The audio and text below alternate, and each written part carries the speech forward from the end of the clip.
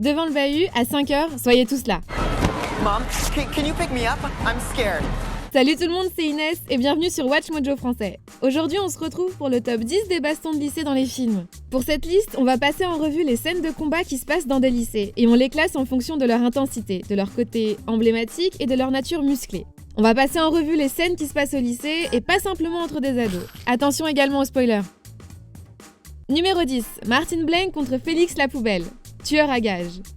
Quand un tueur à gages cynique revient dans sa ville natale pour une réunion d'anciens élèves, il tente de retrouver les personnes et les lieux de son passé. And who might you be? It is I, Sidney Feldman. Oh, been overseas? Mais une vie de mercenaire est plutôt difficile à oublier. Lors de la réunion, Martin Blank explore les halls et entre les casiers, il est piégé par un tueur rival.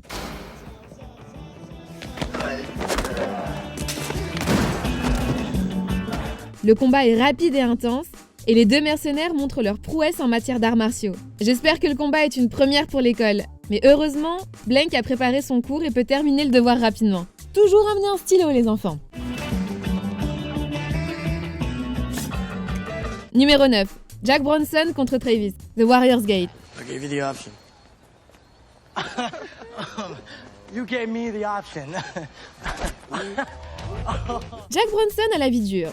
Non seulement sa mère et lui risquent de perdre leur maison, mais en plus, il se fait malmener par d'autres ados entre le lycée et ses boulots à mi-temps. Heureusement, après être entré en possession d'un artefact magique, il devient un expert de combat dans la vraie vie ainsi que dans les jeux vidéo. Après avoir survécu à une quête magique au Royaume-Uni, il rentre chez lui avant d'être une fois encore confronté à son ennemi Travis. Mais cette fois, il est prêt. En un rien de temps, il met Travis à terre. La scène a beau être courte, on adore voir un enfoiré se faire remettre à sa place. Don't touch me! Had enough. Numéro 8, Lee et Noah Flynn contre Toppen, The Kissing Booth. 9th grade skirt and 11th grade body. Perfect. Quand Elle Evans retourne au lycée en portant une jupe très courte, certains se permettent un comportement abusé. L'un d'entre eux, un élève nommé Toppen, lui touche carrément les fesses. Elle est horrifiée et Lee Flynn, son meilleur ami, est bien entendu outré. How about I relax your face? Lee, it's fine, I got this. I did not think that through. Toppen donne tout pour obtenir le titre de gros con de l'année et se contente d'avoir un sourire narquois en battant Lee. Avide de combat mais pas assez fort, Lee est aidé par son grand frère Noah qui se charge de péter les dents de Toppen. Une punition de la sorte est toujours réjouissante. Knock it off! Now you three in my office. Me? Now!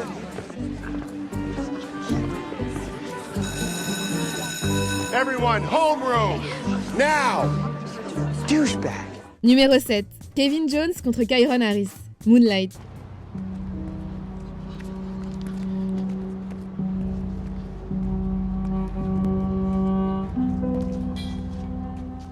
Voilà un combat de lycée qui est bien plus déchirant que satisfaisant. Kyron tente de soutenir sa mère toxicomane tout en évitant de se faire tyranniser par les autres. La situation empire quand son ennemi juré, Terrell, force Kevin, l'ami de Kyron, à combattre ce dernier pour prouver sa force. La trahison de Kevin rend la scène encore plus triste puisque les deux protagonistes ont entamé une relation physique la veille. Voir Kyron prendre des coups en refusant de frapper est absolument tragique. Stay down. Kyron se vengera de Terrell par la suite, mais à un prix élevé puisqu'il sera envoyé en maison de correction.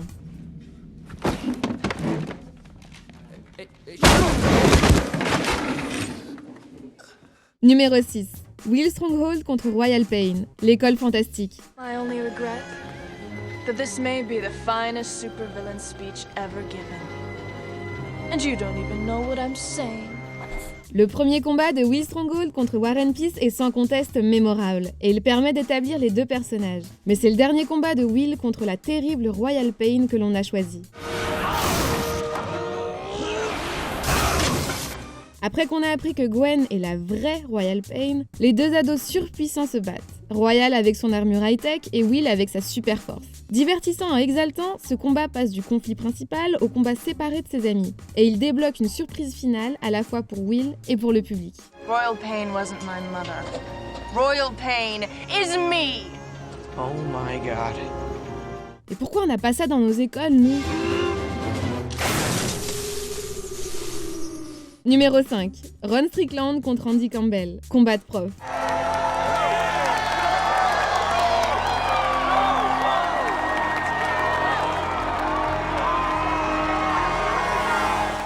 qui est bien quand on grandit, c'est qu'on peut mettre de côté toutes les disputes puériles, puisqu'on devient plus sage et plus mature. Sauf pour ces types-là. Après avoir rencontré Ron Strickland et son mauvais caractère, Andy Campbell est mis au défi de se battre après l'école, comme avant. Alors qu'il tente d'éviter le combat sans succès, et parce qu'il n'existe apparemment aucune forme d'autorité dans cet univers, ils finissent par se battre en grande pompe, alors que l'école entière les encourage. See? Let that be a lesson to you. Actions have consequences. Voir deux professeurs se lancer dans un combat passionné reste très divertissant. Est-ce que quelqu'un peut me passer du popcorn ? Numéro 4. Patrick contre Brad. Le monde de Charlie. Oops. Sorry, nothing. Dans cette histoire pleine d'émotions sur le passage à l'âge adulte, Charlie se lie d'amitié avec Sam et son demi-frère Patrick. Lors d'une fête, il découvre que Patrick est secrètement avec Brad, un athlète populaire dont le père est violent et homophobe. Oh. Charlie. Chopé par son père, mais pas prêt à faire son coming out à l'école, Brad s'en prend à Patrick devant ses amis. You gonna do anything? What are you talking about? Talking about your pet ape just tripped me. You gonna say something? Si Patrick donne le premier coup, les athlètes autour de Brad se mettent contre lui. L'apothéose émotionnelle et l'intensification de l'intervention de Charlie font de cette scène un moment qui se gravera dans votre mémoire.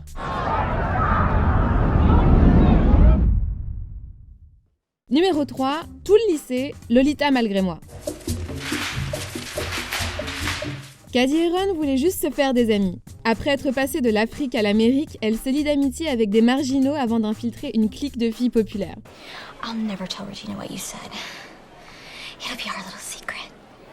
Alors que Caddy prend la place de la reine Regina George, Regina décide que quitte à couler, autant emporter tout le monde avec elle. Elle donne alors tous les détails de leur célèbre carnet rempli de rumeurs, loin d'être toutes vraies, et le lycée devient complètement fou. Oh my god, that was one time!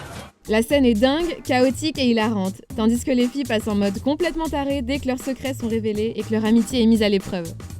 Numéro 2. Jerry Mitchell contre Buddy Revell. We're gonna have a fight today, after school.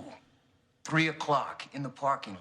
You try and run, I'm gonna track you down. Après une rencontre malencontreuse avec un nouvel élève très lunatique, plus rien ne va et Jerry Mitchell se voit obligé de se battre après les cours. Il fait tout ce qu'il peut pour se tirer de ce mauvais pas. Il prend un couteau à cran d'arrêt, drague une prof et tente même de s'enfuir. Et enfin, dans le parking, il affronte Buddy le dingue. La construction est intense et grandit aussi lorsque d'autres tentent d'arrêter le combat.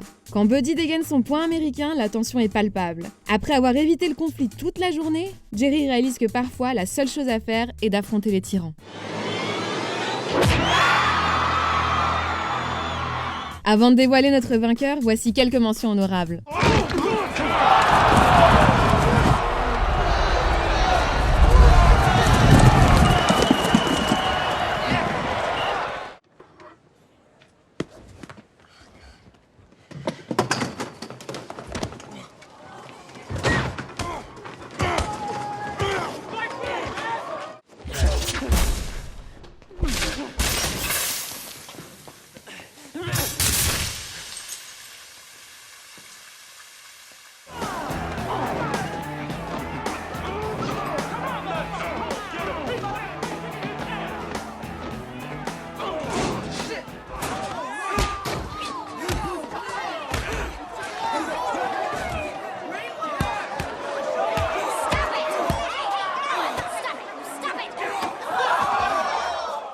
Allez, c'est presque la fin, je vous jure. Avant ça, Xavier m'oblige à vous dire que vous pouvez vous abonner et activer la petite cloche pour ne pas rater nos prochaines vidéos. Merci.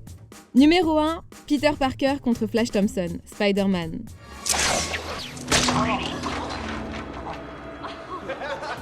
Avant d'être un membre des Avengers et d'affronter des menaces spatiales, il n'était qu'un intello qui apprenait le sens des pouvoirs et des responsabilités.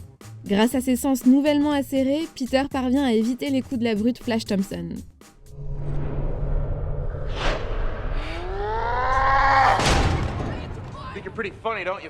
Cette scène emblématique offre une idée parfaite de la personne qu'était Peter et de ce qu'il allait devenir, puisqu'il surprend tout le monde, y compris lui-même, avec sa vitesse, son agilité et sa force surhumaine.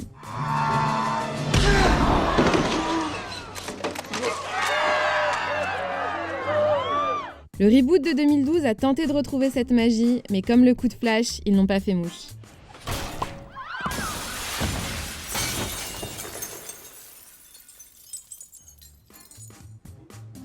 Est-ce que vous êtes d'accord avec notre sélection? Dites-le moi en commentaire.